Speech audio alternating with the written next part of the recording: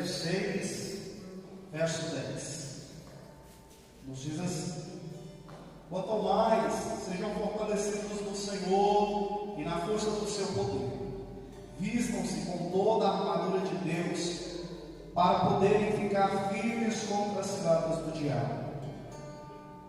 Versículo de número 13. Por isso, peguem toda a armadura de Deus, para que vocês possam resistir ao dia mau e, depois de terem vencido tudo, permanecer inabaláveis. Os irmãos podem sentar, amém? Aleluia. Irmãos, muito foi falado nesses cinco cultos que nós tivemos acerca desse texto. Muito nos foi explanado acerca desse texto, e uma das realidades, meus irmãos, desse texto é que ele fala de confronto, ele fala de batalha, ele não fala de um ambiente propício à paz. Antes ele fala de um momento, irmãos, aonde o cristão vive de uma batalha intensa, aonde se ele não estiver preparado, meus irmãos, ele acaba perdendo. Hoje nós vamos aprender que acerca desse texto, meus irmãos, independente da situação, Jesus já é o vencedor, Jesus já venceu, e Ele, meus irmãos, quer nos ensinar através desse texto a vencer as nossas lutas, as nossas batalhas particulares.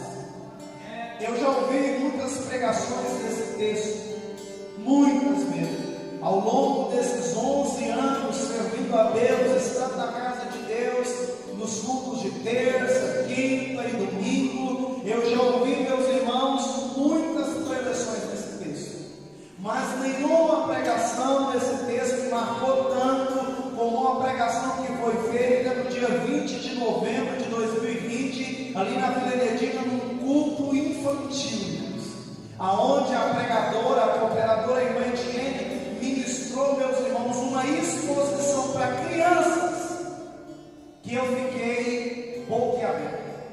Foi a primeira vez também que eu vi uma ministração para crianças, tão certeira, tão pontual, tão exata, tão perfeita daquilo que é a realidade desse texto. Porque se existe uma verdade, meus irmãos, é que tem pessoas que pegam esse texto, torcem o texto, não ensinam o texto e não tem nada para falar do texto, mas falam de suas opiniões, daquilo que eles acham. Mas hoje aqui nessa noite, meus irmãos, eu estou para falar com vocês acerca do texto. Uma das comparações, irmãos, que a Bíblia faz de Gênesis a Apocalipse acerca da igreja, é que a igreja é tida muito como um hospital, onde nós tratamos os doentes, aonde nós oramos e os enfermos são curados, aonde, meus irmãos, nós ministramos curas, aonde milagres acontecem, aonde prodígios, sinais e maravilhas ocorrem. Mas a igreja, meus irmãos, aquém dela ser um hospital, a igreja é muito mais um quartel general. É na igreja, meus irmãos, aonde Deus prepara os seus escolhidos, não para ficarem sentados nas quatro paredes, sentados esperando a volta dele, não. É aonde nós somos preparados para enfrentar o confronto que se dá não aqui dentro, mas o confronto que se dá lá fora, arrancando almas das garras de Satanás e levando elas para a luz de Cristo, para a presença de Deus. Então, meus irmãos, a igreja, ela é muito mais um quartel-general do que um hospital. Aqui nós recebemos pessoas, nós oramos por curas e milagres, mas a nossa intenção principal é preparar servos de Deus que pregam a mensagem dele a tempo e fora do tempo, não só nas suas casas, não só para as suas famílias, mas para todo aquele que precisa, meus irmãos, de ouvir a voz de Cristo.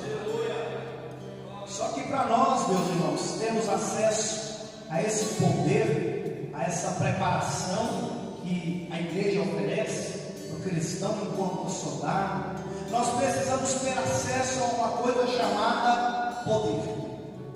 O poder, meus irmãos, é aquilo que nos capacita, é aquilo que nos edifica, é aquilo que pode nos levar a fazer a tão momentosa ordenança de Cristo de ir por todo mundo e pregar o Evangelho.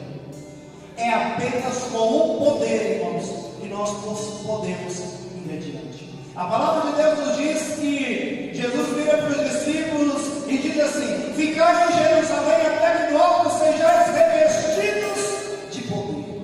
Existe uma máxima cristã, irmãos, que nós só somos crentes de verdade depois que nós temos acesso ao poder do Espírito Santo, a experiência com o Espírito Santo, a intimidade com Deus. O versículo 10 diz assim: quanto ao mais sejam fortalecidos no Senhor e na força do seu poder.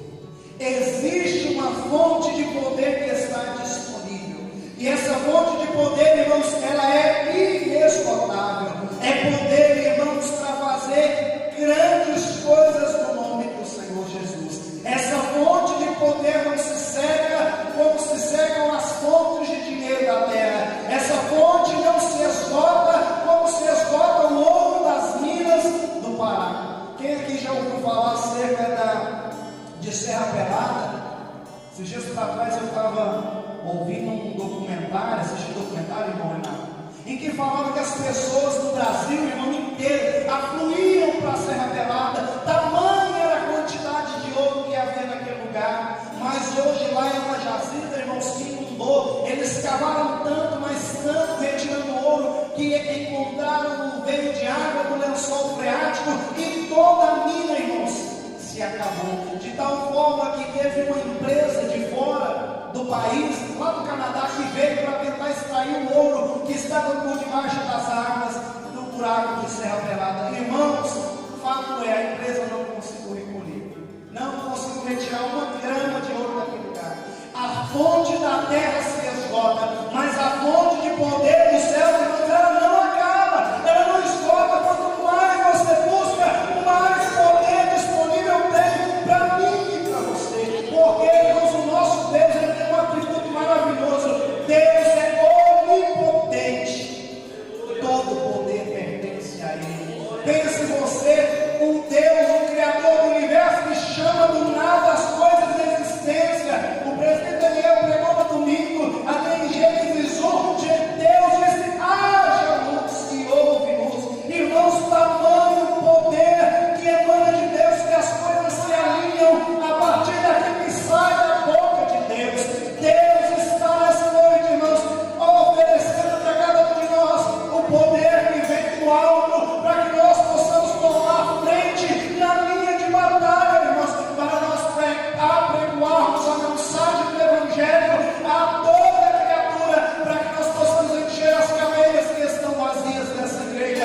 Irmãos, é só com o poder que nós vamos conseguir esse feito. Nós não vamos ver, meus irmãos, essa igreja cheia de pecadores arrependidos, enquanto nós não pegarmos o poder, enquanto nós não nos apropriarmos do poder que nos está disponível.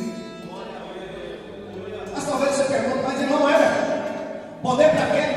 Eu aceitei Jesus, tá bom? Eu sentadinho aqui no meu banco, irmão, é o suficiente, eu não quero mais. Tá ótimo, eu só quero ficar sentado aqui, espera Jesus voltar. Você precisa desse poder, porque, versículo 12, porque a nossa luta não é contra a carne e o sangue, mas contra principados e potestades. No mundo espiritual que nos existe, irmãos, nós estamos rodeados por uma atmosfera espiritual aqui nessa noite. Existe uma batalha espiritual travada, irmãos, aonde os demônios estão lutando de todas as maneiras possíveis para que a palavra que está sendo pregada seja roubada do seu coração, como ali na parábola que Jesus conta do semeador, que a semente caiu à beira do caminho, vieram as aves e comeram as sementes e não frutificou. Poder para quê, irmão Everton? Poder para vencer esse mal, irmãos, que você não vê, mas que você sente. Para vencer esse mal que te aflige, que te perturba, que incomoda a sua parentela, que rouba a sua paz nos dias de tranquilidade, que atinge você nos dias de calamidade, irmãos. Poder para vencer, irmãos, os dominadores deste mundo tenebroso, contra as forças espirituais do mal nas regiões celestiais. Poder para quê? Poder para vencer o mal. Quando você tem acesso a essa fonte de poder, irmãos, se você não estiver centrado na presença de Deus, você pode se ensoberbecer, você pode enveredar por um caminho sem volta, aonde a única coisa que vai te restar é a condenação. A Bíblia nos conta em Ezequiel que Lúcifer, o diabo, era um anjo de luz, belíssimo, e em seu coração ele tinha acesso à fonte plena do poder. Mas o diabo, o presbítero Daniel, Lúcifer, na ocasião, se deixa enveredar e ser consumido pelo orgulho do poder. Eu quero me assentar na cadeira de Deus e ser como Deus. Eu não queria ser superior a Deus, mas queria ser como Deus. A fonte inesgotável de poder a qual ele tinha acesso. Ele não queria apenas o acesso, ele queria ser o dono dela. Irmãos, mas Deus não divide a sua glória com ninguém. É por isso que é preciso ter cuidado quando nós acessamos o poder que vem de Deus, porque esse poder não é para mim e para você lucrarmos, não é para mim e para você nos destacarmos, é para nós fazermos a obra de Deus. Em Atos nos conta que Pedro desceu a uma certa cidade e havia ali um ex-mago chamado Elimas. Elimas e não se converteram ao cristianismo, e quando ele viu Pedro impor as mãos sobre as pessoas e elas ficaram cheias do Espírito Santo, ele quis comprar o poder. Pedro vira para ele e diz: seja tu o teu dinheiro para a tua perdição. Elimas não sabia o que estava pedindo, irmãos. Ele queria comprar e não buscar. A fonte do poder inesgotável, irmãos, nos está disponível nessa noite para nós buscarmos Ele, não para o nosso próprio uso, mas para a proclamação do Evangelho do Senhor Jesus Cristo. Veja que quando você tem acesso a essa fonte de poder, o texto nos diz no versículo 13: peguem toda a armadura de Deus. E eu queria que a minha esposa colocasse a imagem aí da armadura, a fotinha número 2, acho que está aí, vamos ver se vai dar certo. Essa mesmo. Quando nós pensamos em armadura, mas eu acho que para os irmãos dá para enxergar, nós pensamos que a armadura de Deus, a armadura que Paulo está falando, é essa armadura aqui, que aparece nos desenhos, que é uma coisa glamurosa, lá que coisa perfeita, uma espada longa, as canelas protegidas, ali está tudo protegido. Irmãos, se você for para a guerra com isso aqui, você faz é perder a batalha, porque uma coisa dessa incomoda. Põe aí a outra imagem. Essa daqui é a armadura que Paulo está falando. A armadura que ele tinha acesso na época, meus irmãos, a armadura de um grego, um romano, uma armadura comum. O capacete lá, a couraça, o cinto, esse negócio planejadinho esquisito, parecendo seta, a espada com o punhal curto e ali as alpacas, as sandálias feitas de couro. Agora eu quero te perguntar uma coisa. Paulo manda pegar toda a armadura de Deus. Se ele manda pegar toda a armadura de Deus, a minha versão diz aí, ó, toda a armadura de Deus, ó, por isso pegue toda a armadura de Deus. Quer dizer que é possível você vestir a armadura e ficar faltando elementos. É possível, irmão, você está bem vestido com a armadura. Você está aí calçado com a sandália do Evangelho da Paz, está vestido com a couraça da justiça, mas não tem o capacete da salvação, não tem a espada, irmãos, que é a palavra de Deus. É possível, então, você ter o capacete da salvação, a couraça da justiça, a espada, o cinto, mas não está calçado os pés, irmãos, a preparação do Evangelho da Paz. Eu pergunto para você, um soldado, vamos pegar aqui a nossa realidade, que Palmeiras tem um quartel. Um soldado, irmãos, ele está fardado, mas aí ele não está com a sua bota. Ele está pronto para ir para a guerra? Está ou não está, irmãos? Mas vamos lá, não, irmão, mas ele está calçado bonitinho, mas ele não tem, irmãos, o fuzil na mão, ele está preparado para ir para a guerra? Ah, não, irmão, mas aí ele tem um fuzil, ele está calçado, trem, mas ele não está com a roupa, ele não está com a farda, ele está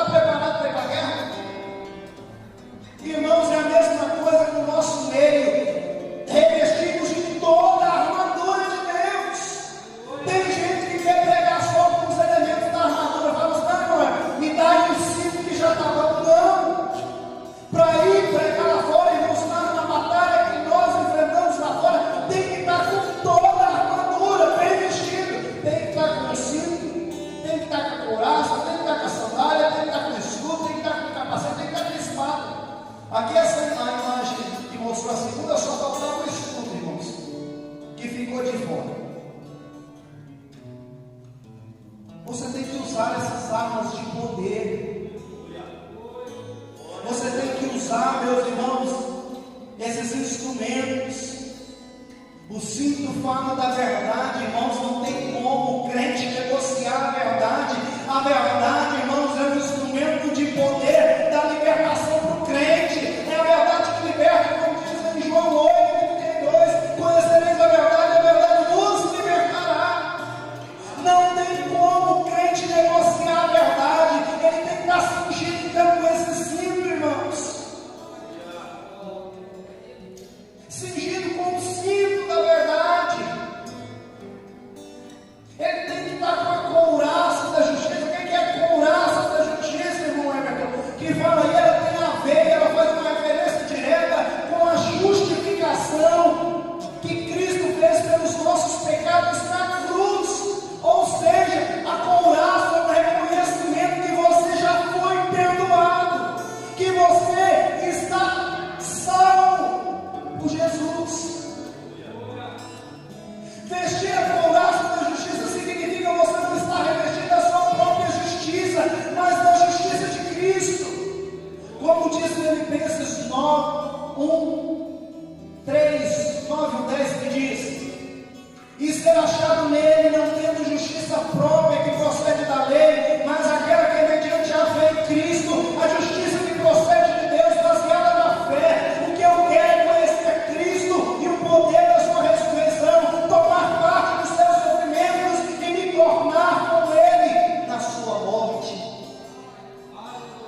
Tomar, irmãos, o cinto da verdade. O crente não negocia com a verdade, mas ele também tem que estar vestido com a couraça da justiça. Ele confia não é na sua justiça própria, mas é na justiça que Cristo comprou e efetuou naquela cruz de uma vez por todas. O homem é justificado mediante a fé, sem as obras da lei. Um ato que foi feito de uma vez por todas, que nunca mais vai se repetir.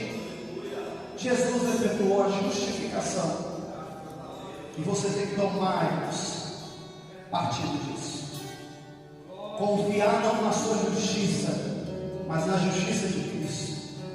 Toda vez que nós vemos alguém se levantar confiando na sua justiça própria e não na justiça de Cristo, este cai.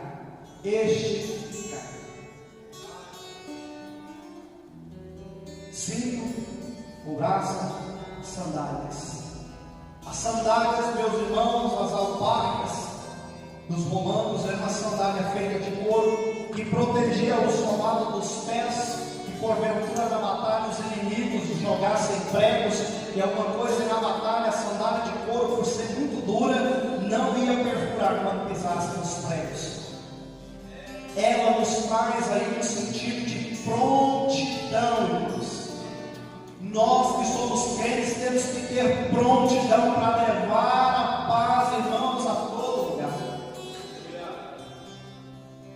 E ela é uma consequência, irmãos, da justificação dos nossos pecados. Romanos 5:1: justificados, pois, mediante a fé, temos paz com Deus. Não dá, meus irmãos, para negociar a nossa paz, a nossa consciência na presença de Deus. Não tem como a gente negociar. Você sabe qual que é a grande questão, presbítero Daniel e presbítero Kleber? É que a gente, muitas das vezes, a gente é negligente. Como assim, irmão? É que a gente é negligente? A gente vê uma atitude errada e a gente fala: não estou vendo nada, não quero problema. A gente vê uma situação, irmãos, aonde é inequívoco que o crente deve tomar posição e falar: a Bíblia não fala que é assim. Mas muitas vezes ele fala: não, mas não tem nada a ver com isso, irmão Kleber. Deixa eu falar. Irmãos, a negligência, ela mata a disciplina cristã. O que é isso? Toda vez, irmãos, que você está vestido a armadura, mas que você negligencia a sua atitude de crente, você está fadado a cair. Você está fadado ao fracasso. Não negligencie, irmãos, aspectos da sua vida com Deus. Não negligencie, irmãos, a sua vida de oração. Não negligencie a sua família, a sua comunhão com Deus. Não negligencie os louvores que você adora a Deus, não negligencie, se dedique ao Senhor. O texto de Efésios continua nos dizendo assim: segurando sempre o escudo da fé, o qual vocês poderão apagar os dardos inflamados do inimigo. O escudo, irmãos, fala da confiança em Deus como nosso protetor. Salmos 84, 11 e 12. O escudo fala, irmãos, da fé, do Deus que te protege. Te fala da confiança que você tem em Deus, em saber que o Senhor é o seu pastor, nada te faltará, que é Ele quem te faz repousar em pastos verdejantes, é Ele quem te leva às águas tranquilas, é Ele que prepara uma mesa na presença dos seus inimigos, é Ele que unge a sua cabeça com óleo e faz o seu cálice transbordar. É Ele, irmãos, não é uma obra nossa. Toda a confiança que eu deposito em mim mesmo, ela é fadada ao fracasso, mas toda vez que eu confio no Rei dos Reis, no Senhor dos Senhores, meus irmãos, a vitória é certa, porque Ele venceu, Ele já ganhou, Ele já conquistou a coroa da vida, irmãos. Se nós não tivermos o exercício da fé, nós perdemos a mobilidade. Que adianta, irmãos, ter o escudo da fé, mas não ter mobilidade para usar? Meus irmãos, na batalha dos romanos, eles tinham que ter uma mobilidade para usar, porque os inimigos lançavam flechas, e as flechas vinham de todas as direções. Irmãos, não saber usar o escudo significava morte. E aqui é a mesma coisa na presença de Deus, irmãos. Toda vez que eu e você não exercitamos a nossa fé, o seu escudo, ele é inútil. A fé nossa precisa progredir. Existe a necessidade do exercício da nossa fé. Aleluia, Deus. Se você não sabe manejar o escudo da fé, irmãos, o diabo lança as flechas dele, e elas atingem a sua mente, elas atingem o seu corpo físico, elas atingem o seu espiritual, e por consequência disso, você não consegue cumprir o propósito para o qual o escudo da fé te é ministrado. O escudo da fé te é dado para que você, meus irmãos, tenha na hora certa e no momento exato a mobilidade para repreender todas as setas do inimigo. O próximo texto diz, segurando o escudo da fé, 17: usem também o capacete da salvação. Usem também o capacete da salvação. O capacete da salvação nos fala e nos tem o sentido da esperança da salvação. A nossa salvação, irmãos, está muito mais perto de nós agora do que quando nós cremos no início da nossa vida. A nossa salvação já está próxima. Aguardemos com expectativa de saber que aquele que nos prometeu é fiel para cumprir e que nenhuma das suas palavras vai cair por terra. 1 Tessalonicenses 5:8 vai nos dizer assim, irmãos. 5:8: nós, porém, somos do dia, sejamos sóbrios, revestindo-nos da couraça da fé e do amor, tomando o capacete, a esperança da salvação. Irmãos, confiança na obra que Jesus Cristo fez no Calvário de uma vez por todas é essencial para chegarmos ao final da nossa jornada cristã. Tem muita gente, irmão Cleber, que começa bem na presença de Deus, mas termina mal na presença de Deus. Por que, irmão Everton? Só você olhar para o lado aí da sua cadeira e olhar as cadeiras vazias que nós temos. Muitos deles, irmãos, começaram muito bem, começaram prodigiosamente, mas eles desistiram pelo caminho. Eles perderam a alegria da sua salvação. O primeiro sermão que eu preguei nesse culto, irmãos, no ano de 2015, a primeira vez que eu subi esse culto para pregar, eu preguei uma mensagem no Salmo 51. E Davi diz assim no Salmo: restitui-me a alegria da minha salvação. O que significa, irmãos, o crente crente só perde a alegria da salvação por um motivo, irmão Luiz Antônio: pecado. Pecado é a única coisa, irmãos, que nos tira a alegria da salvação. E a alegria da salvação nos tirada, irmãos, a nossa esperança de salvação começa a morrer. A nossa alegria, a nossa esperança na salvação começa a enveredar por um caminho sem volta, irmãos.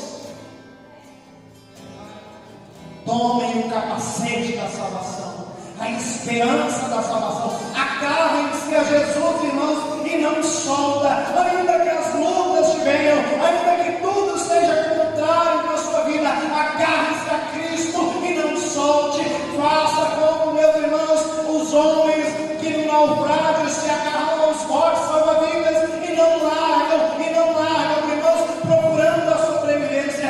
Cristo é a nossa sobrevivência. Fora dele não há sobrevivência. A perdição, irmãos, fora dele não há o que fazer. Aleluia a Deus. Nossa maior motivação para continuar na luta, irmãos, é a esperança. Ainda que essa carne se corrompa, ainda que esse tempo terreno se deteriore, a minha esperança está no Senhor Deus, que foi para mim preparar um lugar na glória, que foi, meus irmãos, preparar uma morada no lugar. Irmão Everton, eu nunca tive uma casa própria na minha vida.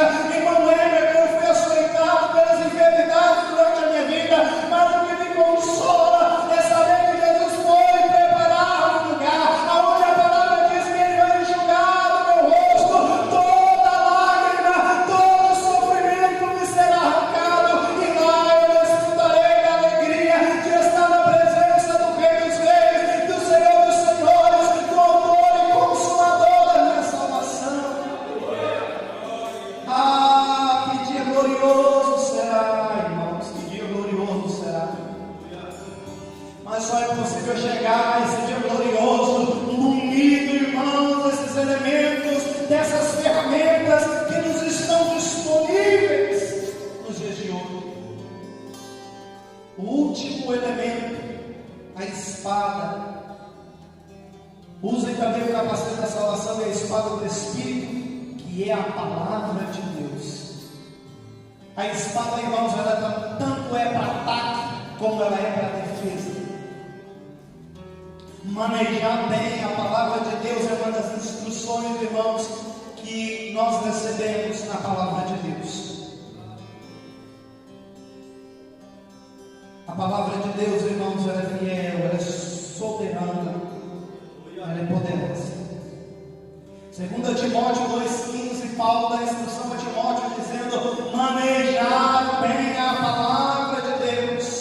No Salmo 119, versículo 105 nos diz que lâmpada para os meus pés é a tua palavra, que ilumina os meus caminhos. Em Hebreus 4,12 diz que ela é viva e eficaz, mais penetrante que espada de dois gumes, capaz de ir até a profundidade, dividir juntas e medulas, separar a alma e o espírito. Irmãos, manejar bem a palavra de Deus. Eu preguei aqui esses dias para trás, vai nos irmãos nem lembram, Mateus 4, do 1 ao 11, a batalha que Jesus enfrentou no deserto logo após sair ao Rio Jordão. Foi levado pelo Espírito ao deserto para ser tentado por 40 dias. Ali nada comeu e foi tentado durante 40 dias pelo diabo. O diabo apareceu a Jesus, irmãos, de 3 maneiras. E eu não quero pregar de novo aquela mensagem, mas eu quero enfatizar uma coisa: Jesus lidou, irmãos, com o diabo tanto no ataque quanto na defesa, usando o instrumento da palavra. O diabo vinha para ele: se tu és o Filho de Deus, lança-te daqui. Jesus disse: o Senhor teu Deus somente adora, não tentarás o Senhor teu Deus. Outra ocasião o diabo aparece: eis aqui, transforma essa pedra em pão, você está com fome. Ele diz: nem só de pão viverá o homem, mas de toda a palavra que sai da boca de Deus. Nessa noite está saindo a palavra da boca de Deus, irmãos. Apegue-se a ela, alimente-se dela, vença com ela. Aleluia. fonte do poder, nós já discutimos o que é a fonte do poder. Nós falamos aqui acerca das armas para a gente usar o poder. Mas por último, a vitória com a presença do poder. Você pode ter o poder, pode ter as ferramentas, mas se te faltarem duas coisas, você não tem nada. Você não tem poder, você não tem armadura. Versículo de número 18. Orem em todo o tempo no Espírito, com todo tipo de oração e súplica, e para isso vigiem com toda a perseverança. Para a gente obter, irmãos, uma vida vitoriosa diante da presença de Deus, tendo essa armadura, desfrutando do poder de Deus, é necessário oração e vigilância. Jesus diz em Marcos 14:38: vigiai e orai. A carne está pronta, mas o espírito está pronto, mas a carne é fraca. Desculpe. Lucas 22:40, Jesus diz: orai para que não entreis em tentação. Tessalonicenses 5:17 nos diz: orai sem cessar. Não durmamos, irmãos, como os demais, mas vamos vigiar. Vamos vigiar, meus irmãos, para poder vencer as adversidades que se levantam. Deus nos dá o poder, Deus também nos dá a armadura, irmãos, mas nós precisamos de vigilância e de oração. O crente não pode vencer senão através da oração e da vigilância. O crente não pode avançar senão por meio da oração e da vigilância. O crente, meus irmãos, só vence o pecado com a oração e com a vigilância. Vamos nos colocar de pé. A equipe de louvor está bem ministrar o louvor para nós. Os presbíteros vão estar orando. Eu quero encerrarmos com 5 aplicações. Você tem acesso à fonte do poder. E o acesso à fonte do poder exige de nós comunhão. Sem comunhão com Deus, sem poder de Deus. Sem comunhão com Deus, sem poder de Deus.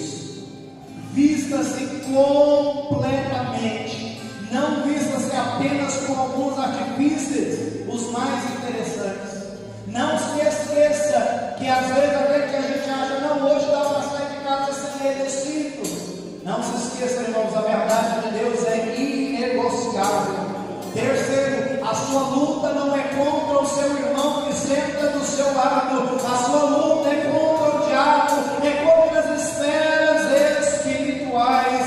Quarta coisa, meus irmãos, que eu aplico e ensino à igreja: fiquem firmes, perseverem, porque Cristo há de revelar a nós a sua glória poderosa. Cristo há, irmãos, de colocar em confusão todos aqueles que contra nós se levantarem. E quinta e última coisa: persevera, porque a vitória já está garantida. O Cristo venceu de uma vez por todas e Ele não perderá. Venha à frente, meus irmãos, venham todos à frente. Vamos orar e clamar para que hoje você receba esse poder que vem do alto. Vamos clamar para que hoje você receba da parte de Deus aquilo que te falta para cumprir a obra de Deus na sua vida.